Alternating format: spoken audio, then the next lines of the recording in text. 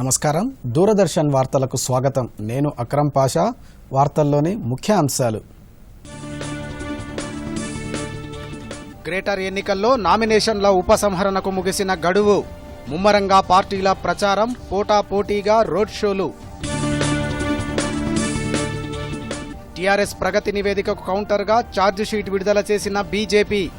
Global city అని చెప్పి హైదరాబాద్ను ఫ్లడ్ సిటీగా మార్చారని జావడేకర్ విమర్శ.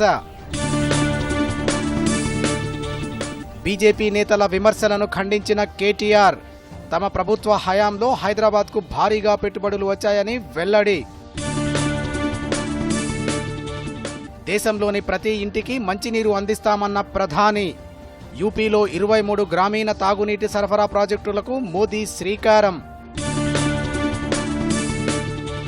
కోర్టు స్టే తొలగిన వెంటనే వ్యవసాయేతర రిజిస్ట్రేషన్లు ప్రారంభమవుతాయన్న సీఎం.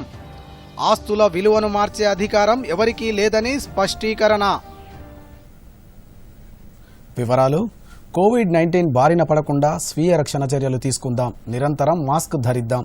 2 గజాల దూరం పాటిద్దాం. తరచూ చేతులు శుభ్రం చేసుకుందాం.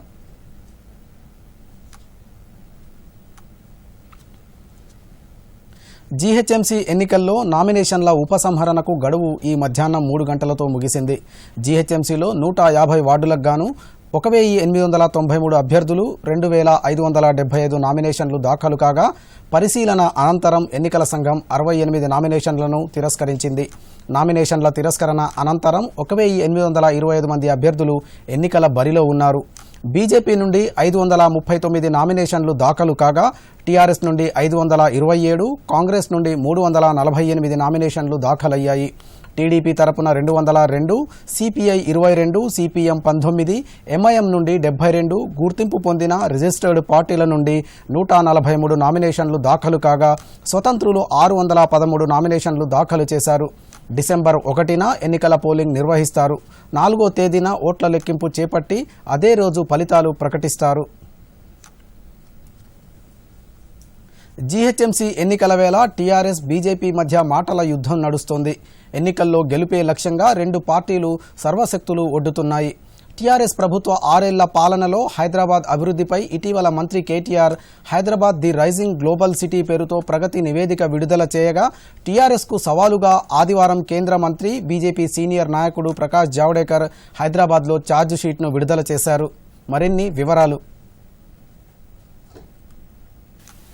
టీఆర్ఎస్ పాలనలో జీహెచ్ఎంసీ స్థితిగతులు, గత ఎన్నికల్లో హామీలపై 6 ఏళ్లలో టీఆర్ఎస్ 60 వైఫల్యాలంటూ బీజేపీ సీనియర్ నాయకుడు ప్రకాష్ జావడేకర్ ఛార్జ్ షీట్ను విడుదల చేశారు.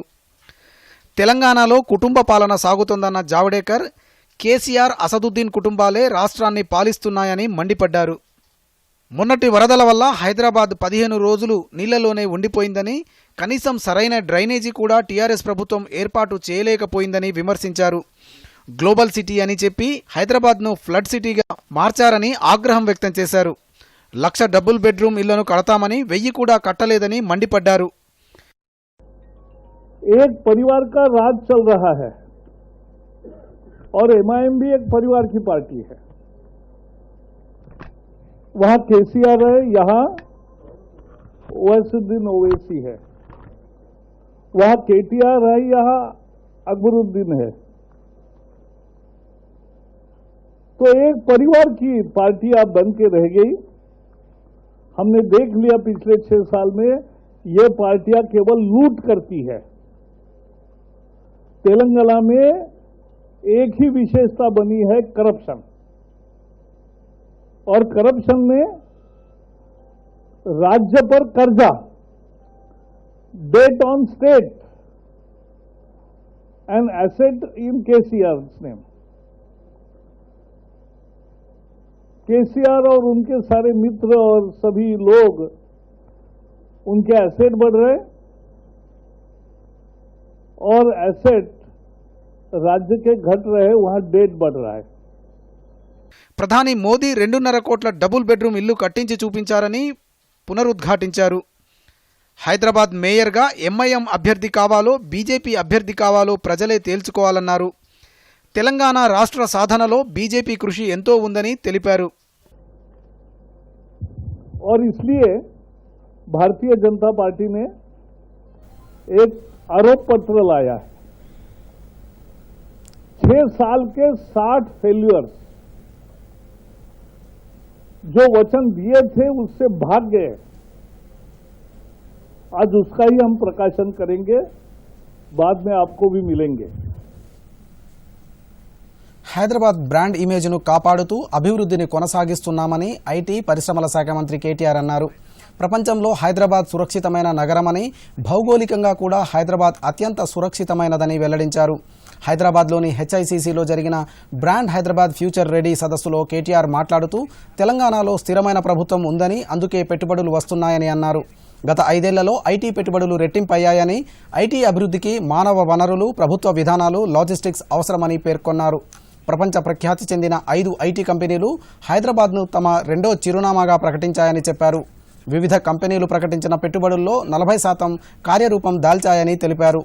ఇప్పటికే ఉన్న సంస్థలకు అన్ని రకాలుగా భరోసా కల్పించాలని, అవే బ్రాండ్ అంబాసిడర్లుగా మారుతాయని సీఎం కేసీఆర్ చెప్పారన్నారు. అమెజాన్ కంపెనీ హైదరాబాద్కు వచ్చేందుకు అధికారులు ఎంతగానో కృషి చేశారని మంత్రి గుర్తు చేశారు. అమెజాన్ మొదట బెంగళూరును ఎంపిక చేసుకుందని, అయితే తెలంగాణ ప్రభుత్వ పన్ను విధానాలు నచ్చి అమెజాన్ హైదరాబాద్కు వచ్చిందని తెలిపారు. ఇప్పుడు అమెజాన్ అతిపెద్ద కార్యాలయం హైదరాబాద్లోనే ఉన్నదన్నారు. ఎలక్ట్రిక్ రంగాల్లోనూ రాష్ట్రాన్ని ఉన్నత స్థానంలో నిలబెడతామని కేటీఆర్ చెప్పారు. తెలంగాణ రాష్ట్రం ఎలక్ట్రిక్ హబ్గా మారుతున్నదని తెలిపారు. ఫుడ్ ప్రాసెసింగ్ రంగంలోనూ తెలంగాణ ముందు వరుసలో ఉందని చెప్పారు. హెల్త్ కేర్ రంగంలో పెట్టుబడులకు ఎంతో అవకాశం ఉందని చెప్పారు. వైద్య రంగంలో సరిపడినన్ని సదుపాయాలు లేవని కరోనా గుర్తు చేసిందన్నారు. टीआरएस गवर्नमेंट बनेगी, what will happen? Will they discriminate? Will they in fact discriminate based on region or language or whatever? KCR Garu has shown extraordinary maturity. In fact, right after he assumed office, he said, now our agenda is only development. We fought hard for this state. We fought an intense, agitation for the statehood. Now we no more have any such agendas. Anybody who's made Hyderabad their home is a son of the soil, so therefore we're going to treat everybody equally and there will not be any discrimination. And today I'm delighted after 6 years that we've delivered in practice. We did not only promise, but we also delivered, and that's why Hyderabad continues to remain an investment magnet. Hyderabad నగరంలో గుంతలు లేని రోడ్లను చూపిస్తే తాను 1,00,000 బహుమతిగా ఇస్తానని కేంద్ర హోంశాఖ సహాయ మంత్రి కిషన్ రెడ్డి సవాల్ విసిరారు. 67,000 కోట్ల రూపాయల నగర అభివృద్ధికి ఖర్చు చేసినట్లు రాష్ట్ర ప్రభుత్వం రోడ్లపై గుంతలను ఎందుకు పూడ్చలేకపోయిందని ప్రశ్నించారు. భాగ్యనగరంతో బీజేపీకి విడదీయని బంధం ఉందని ఆయన చెప్పారు. డబుల్ బెడ్రూమ్ ఇల్లు ఎక్కడ కట్టారో, ఎవరికిచ్చారో చెప్పాలని కిషన్ రెడ్డి ప్రశ్నించారు. సోమాజిగూడ ప్రెస్ క్లబ్లో Kishan Reddy meet the press కార్యక్రమం నిర్వహించారు. ఈ సందర్భంగా ఆయన మాట్లాడుతూ హైదరాబాద్ ప్రజలకు ఎప్పుడు ఏ కష్టం వచ్చినా బీజేపీ వారి వెంటే నిలబడిందని ఆయన గుర్తు చేశారు. గత నెలలో కురిసిన వర్షానికే హైదరాబాద్ నగరం ఓ మహాసముద్రంలా మారిందని విమర్శించారు. ట్యాంక్ బండ్ ప్రక్షాళన చేస్తానని హామీ ఇచ్చి ఏళ్లు గడుస్తున్నా ఇప్పటికీ ఆ హామీని టీఆర్ఎస్ ప్రభుత్వం నెరవేర్చలేకపోయిందని కిషన్ రెడ్డి విమర్శించారు. బీజేపీ అభ్యర్థిని మేయర్గా చేస్తే అవినీతిని తగ్గించి ప్రజలు మౌలిక వసతుల కోసం కృషి చేస్తామన్నారు.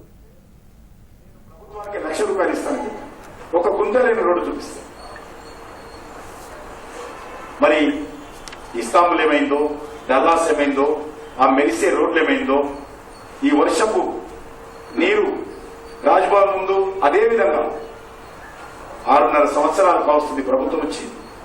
అదేవిధంగా చిన్నపాటి వర్షానికి రాజ్భవన్తో నీళ్ళు అవుతాయి, చిన్నపాటి వర్షానికి హైదరాబాద్లో నీళ్ళు అవుతాయి, చిన్నపాటి వర్షానికి ఎల్బీనగర్ కానీ, కూకట్పల్లి కానీ, మల్కాజ్గిరి కానీ, లేకపోతే హైటెక్ సిటీ కానీ అన్ని ప్రాంతాలలో నీళ్ళు అవుతాయి. అందులో ఏ రకమైనటువంటి మార్పు.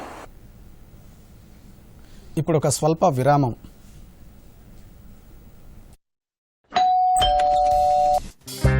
గిఫ్ట్ వచ్చింది. వారే వా, లెజెండ్ బ్యాట్ ఇది. దీంతో నేను ఆడతాను. అరే, ఫ్యూచర్ బ్యాటింగ్ లెజెండ్ నేను. దీని మీద ఎవరి పేరు రాసుంటే బ్యాట్ వాళ్ళకే దొరుకుతుంది.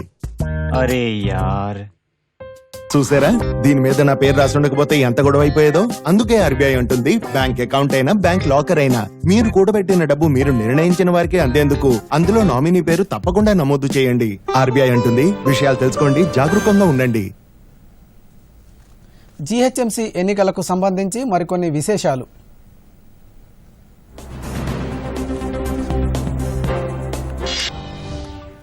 గ్రేటర్ ఎన్నికల్లో గాజుల రామారం డివిజన్ నుంచి బరిలోకి దిగిన కాంగ్రెస్ అభ్యర్థి శ్రీనివాస్ గౌడ్కు హైకోర్టులో ఊరట లభించింది.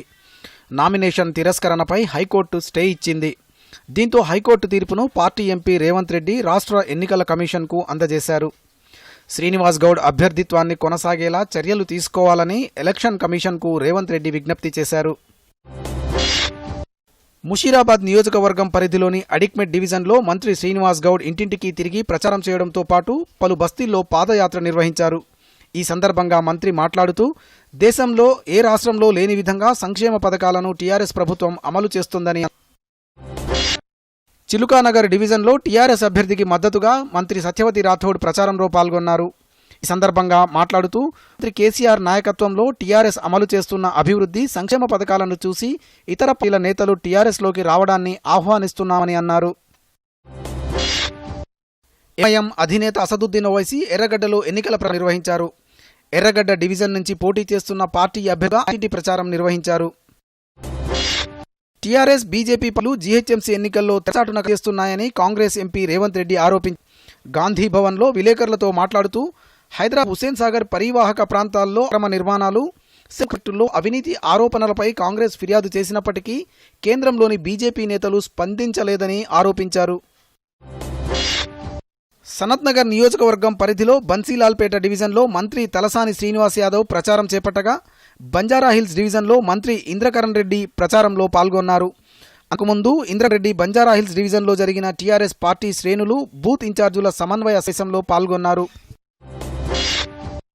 హైదరాబాద్ను అభివృద్ధి చేసింది కాంగ్రెస్ పార్టీయేనని పీసీసీ అధ్యక్షుడు ఉత్తమ్ కుమార్ రెడ్డి స్పష్టం చేశారు. గాంధీ భవన్లో విలేకరులతో మాట్లాడుతూ నగరానికి మెట్రో రైలు, కృష్ణా జలాలు, పీవీ ఎక్స్ప్రెస్ వే వంటి మౌలిక సదుపాయాలు తీసుకొచ్చింది కాంగ్రెసేనని అన్నారు. నగరంలో అభివృద్ధిపై అధికార పార్టీ చెబుతున్నది సత్యదూరమని ఉత్తమ్ ఆరోపించారు. కాంగ్రెస్ మాజీ ఎంపీ పొన్నం ప్రభాకర్ మాట్లాడుతూ ఎన్నికల నియమావళి అమల్లో ఉన్నప్పటికీ నగరంలో ప్రభుత్వ హోర్డింగ్స్ కొనసాగుతున్నాయని విమర్శించారు. జీహెచ్ఎంసీ ఎన్నికల్లో బీజేపీ చేస్తున్న ప్రచారాన్ని ప్రజలు విశ్వసించరని సిపిఐ రాష్ట్ర కార్యదర్శి చాడా వెంకటరెడ్డి అన్నారు. నామినేషన్ల ప్రక్రియ పూర్తయినప్పటికీ బీజేపీ ఈరోజు పార్టీ అభ్యర్థుల 7వ జాబితాను విడుదల చేసింది. పార్టీ రాష్ట్ర అధ్యక్షుడు బండి సంజయ్ 5 స్థానాలకు అభ్యర్థులను ప్రకటించారు. Bureau report, Doordarshan news. ముఖ్యమంత్రి కేసీఆర్ పలు కీలక అంశాలపై ఉన్నతాధికారులతో వరుస సమీక్షలు నిర్వహించారు. ధరణి పోర్టల్ ద్వారా వ్యవసాయేతర ఆస్తులను రిజిస్ట్రేషన్ చేయడానికి ప్రభుత్వం పూర్తి సంసిద్ధతతో ఉందని సీఎం ప్రకటించారు. కోర్టు స్టే తొలగిన వెంటనే రిజిస్ట్రేషన్లు ప్రారంభించాలని అధికారులను ఆదేశించారు. హైకోర్టు లేవనెత్తిన అంశాలపై ప్రభుత్వం పూర్తి వివరణ ఇచ్చినట్లు వెల్లడించారు. ఈ నెల 23న కోర్టు విచారణ ఉన్నందున 25 నుంచి రిజిస్ట్రేషన్ ప్రక్రియ ప్రారంభించడానికి సిద్ధంగా ఉండాలని అధికారులకు తెలిపారు. రాష్ట్రవ్యాప్తంగా గ్రామాలు, పట్టణాల్లో ఏ ఆస్తికి ఎంత విలువ అనేది అధికారులు నిర్ధారించారని, దాన్ని మార్చే విచక్షణ అధికారం ఎవరికీ లేదని సీఎం వెల్లడించారు. దేశంలో కొన్ని రాష్ట్రాల్లో కోవిడ్ కేసుల సంఖ్య మళ్లీ పెరుగుతున్న నేపథ్యంలో రాష్ట్రంలో జాగ్రత్త చర్యలను ముమ్మరం చేయాలని సీఎం కేసీఆర్ వైద్య శాఖ అధికారులను ఆదేశించారు. రాష్ట్రంలో కేసులు మళ్లీ పెరగకుండా సెకండ్ వేవ్ వచ్చినా తట్టుకునే విధంగా ప్రభుత్వం అన్ని చర్యలు చేపడుతుందని వెల్లడించారు. ప్రజలు జాగ్రత్తగా ఉండాలని, తగిన వ్యక్తిగత భద్రత పాటించడమే అసలైన మందు అని సీఎం సూచించారు. రికవరీ రేటు 94.5% ఉందని, కోవిడ్ వచ్చిన వారు కొంత ఇబ్బంది పడుతున్నప్పటికీ మరణాల రేటు చాలా తక్కువగా ఉందని అధికారులు సీఎంకు వివరించారు. కోవిడ్కు వ్యాక్సిన్ అందుబాటులోకి వచ్చిన తర్వాత ముందు ఆరోగ్య సిబ్బందికే ఇవ్వాలని నిర్ణయించినట్లు సీఎం తెలియజేశారు. తెలుగు సినీ పరిశ్రమను కాపాడుకోవడానికి అవసరమైన అన్ని చర్యలు తీసుకుంటామని ముఖ్యమంత్రి కేసీఆర్ ప్రకటించారు. కోవిడ్ కారణంగా షూటింగ్లు ఆగిపోయి థియేటర్లు మూసివేయడం వల్ల పరిశ్రమకు, కార్మికులకు జరిగిన నష్టం నుంచి కోలుకోవడానికి ప్రభుత్వ పరంగా రాయితీలు, మినహాయింపులు ఇవ్వనున్నట్లు కేసీఆర్ వెల్లడించారు. చిత్ర పరిశ్రమకు చెందిన పలువురు ప్రముఖులు ఆదివారం ప్రగతి భవన్లో సీఎం కేసీఆర్తో సమావేశమయ్యారు. కోవిడ్ కారణంగా జరిగిన నష్టాన్ని వివరించారు. ప్రభుత్వ పరంగా ఆదుకోవాలని కోరారు. దీనికి ముఖ్యమంత్రి కేసీఆర్ సానుకూలంగా స్పందించారు. రాష్ట్రానికి పరిశ్రమలు తరలి రావడానికి ప్రభుత్వం ఎన్నో చర్యలు తీసుకుంటున్నదని, లక్షలాది మంది చిత్ర పరిశ్రమ ద్వారా ఉపాధి దొరుకుతుందని, కోవిడ్ కారణంగా సినీ పరిశ్రమకు ఇబ్బంది కలిగిన నేపథ్యంలో ఇటు ప్రభుత్వం, అటు సినిమా పరిశ్రమ పెద్దలు సినీ పరిశ్రమను కాపాడుకోవడానికి ప్రయత్నాలు చేయాలన్నారు. త్వరలోనే మరోసారి సమావేశమై సినిమా పరిశ్రమ అభివృద్ధిపై మరింత విస్తృతంగా చర్చించాలని సీఎం నిర్ణయించారు. దేశంలో 2,60,000 కుటుంబాలకు మంచినీటి కనెక్షన్లు కల్పించాలని ప్రధానమంత్రి నరేంద్ర మోదీ చెప్పారు. ప్రధానమంత్రి ఉత్తరప్రదేశ్లోని మీర్జాపూర్, సోన్భద్ర జిల్లాల్లో 23 గ్రామీణ తాగునీటి సరఫరా ప్రాజెక్టులకు వీడియో కాన్ఫరెన్స్ ద్వారా శంకుస్థాపన చేశారు. కార్యక్రమంలో సీఎం యోగి ఆదిత్యనాథ్ కూడా పాల్గొన్నారు. ఈ సందర్భంగా మోదీ మాట్లాడుతూ హర్ ఘర్ జల్ పథకం కింద దేశవ్యాప్తంగా ప్రజలందరికీ పంపుల ద్వారా మంచినీరు సరఫరా చేసేందుకు ప్రభుత్వం కట్టుబడి ఉందని చెప్పారు.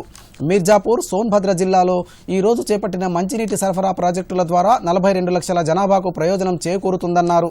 సుమారు 5,555 కోట్ల వ్యయంతో చేపడుతున్న ఈ ప్రాజెక్టుల నిర్మాణాలతో ఉత్తరప్రదేశ్ రూపురేఖలు మారనున్నాయన్నారు. ఉత్తరప్రదేశ్లోని గిరిజన ప్రాంతాల్లోని ప్రజలకు ఇల్లు, విద్యుత్, వైద్య సౌకర్యాలు కల్పించేందుకు అన్ని చర్యలు తీసుకుంటున్నట్లు ప్రధాని తెలియజేశారు. చలికాలంలో కోవిడ్ విజృంభించకుండా అన్ని జాగ్రత్త చర్యలు తీసుకుంటున్నామని భద్రాద్రి కొత్తగూడెం జిల్లా గిరిజన సహకార సంస్థ డివిజనల్ మేనేజర్ వాణి తెలిపారు. భద్రాద్రి కొత్తగూడెం జిల్లాలో అడవుల శాతం ఎక్కువగా ఉండడంతో చల్లటి వాతావరణం ఉంటుంది. ఈ సమయంలో స్థానిక ప్రజలు కరోనా బారిన పడకుండా గిరిజనులకు అవగాహన కల్పిస్తున్నామన్నారు. ముఖ్యంగా భద్రాద్రి జిల్లా గిరిజనులు ఎక్కువగా ఉండే ప్రాంతం కావడంతో జిల్లాలోని గిరిజన సహకార సంస్థ 149 డిపోల ద్వారా అడవి ప్రాంతాల్లో వారికి నిత్యావసర సరుకులు, రేషన్ బియ్యం పంపిణీ చేస్తున్నట్లు వెల్లడించారు. మాస్కులు, శానిటైజర్లు అందజేస్తూ 2వ దశ కరోనా బారిన పడకుండా ప్రజలను అప్రమత్తం చేస్తున్నట్లు వివరించారు. కోవిడ్ వ్యాప్తి ఎక్కువ అయ్యే అవకాశాలు ఉన్నందున ఏజెన్సీ ప్రాంతాల్లోని ప్రజలు, అధికారులు అప్రమత్తం చేస్తున్నారు. ములుగు జిల్లా ఏటూరు నాగారం పరిసర ప్రాంతాల ప్రజలు కోవిడ్ బారిన పడకుండా అవగాహన కల్పిస్తున్నట్లు ఏఎస్పీ గౌస్ ఆలం తెలిపారు. ఏటూరు నాగారంలో ఎక్కువగా గిరిజనులే ఉన్నారని, రాబోయే 3 నెలలు కోవిడ్ వ్యాప్తి పెరిగే అవకాశం ఉన్నందున ఏజెన్సీ ప్రాంతం ప్రజలు మాస్క్ ధరించడంతో పాటు చేతులు శుభ్రపరచుకోవడం విధిగా పాటించాలని సూచించారు. కోవిడ్ పట్ల అప్రమత్తంగా ఉంటేనే వైరస్ వ్యాప్తిని నియంత్రించవచ్చని అన్నారు.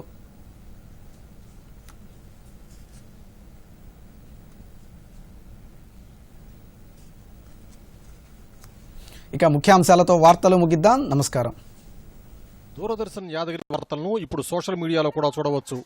యూట్యూబ్ అయితే డీడీ న్యూస్ తెలంగాణ, ట్విట్టర్ వేదిక అయితే DD news Telangana @DD Yadagiri news, మరి ఫేస్బుక్లో అయితే డీడీ న్యూస్ తెలంగాణలో చూసి లైక్ చేయండి, షేర్ చేయండి. గ్రేటర్ ఎన్నికల్లో నామినేషన్ల ఉపసంహరణకు ముగిసిన గడువు. ముమ్మరంగా పార్టీల ప్రచారం, పోటాపోటీగా రోడ్ షోలు. టీఆర్ఎస్ ప్రగతి నివేదికకు కౌంటర్గా ఛార్జిషీట్ విడుదల చేసిన బీజేపీ. గ్లోబల్ సిటీ అని చెప్పి హైదరాబాద్ను ఫ్లడ్ సిటీగా మార్చారని జావడేకర్ విమర్శ. బీజేపీ నేతల విమర్శలను ఖండించిన కేటీఆర్. తమ ప్రభుత్వ హయాంలో హైదరాబాద్కు భారీగా పెట్టుబడులు వచ్చాయని వెల్లడి.